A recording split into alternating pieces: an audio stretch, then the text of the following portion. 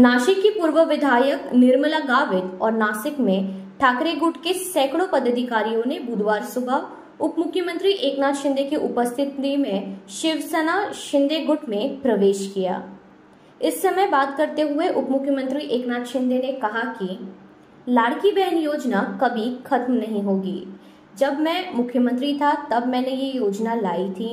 इसके अलावा देवेंद्र फडणवीस, अजीत पवार और हमारी टीम ने जो भी वादे किए हैं वो हम टप्पे टप्पे में पूरे करेंगे।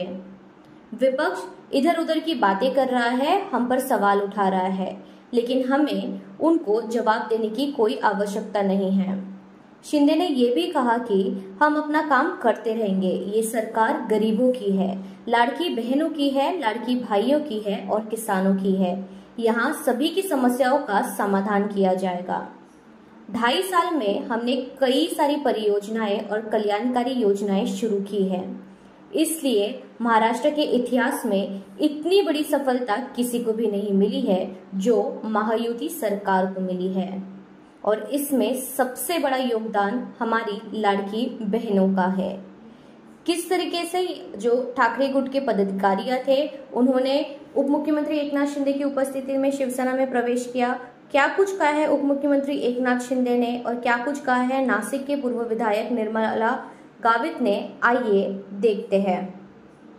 लक्ष्मण पण आला आणि आता राम लक्ष्मणाची जोडी, आता त्याचबरोबर आमचे शरदराव लोकरे पाटील आले।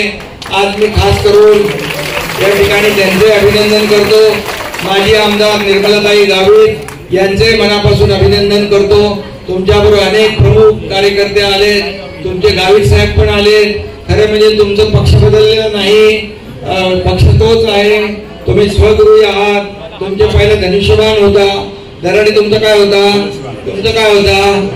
तुमचा आता तो धनुष्यबाणच तुमच्या हातामध्ये आहे। त्यामुळे या ठिकाणी पुन्हा एकदा स्वगृही आपण शिवसेनेमध्ये बाळासाहेबांच्या विचारांच्या शिवसेनेत ठाण्यामध्ये तुम्ही प्रवेश करताय।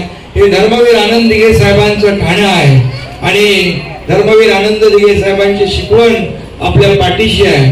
आणि मग एवढ्या मोठ्या प्रमाणावर मी म्हणालो यांना, दराडे आणि गावितताईंना, की मुंबईत आपण करू, पण मुंबईमध्ये तुम्हाला जागा पुरली नसती। आता ही पण जागा पुरली नाही। माझ्या लाडक्या बहिणी बाहेर पण आहेत, त्यांचे मनापासून मी अभिनंदन करतो, शुभेच्छा त्यांना देतो।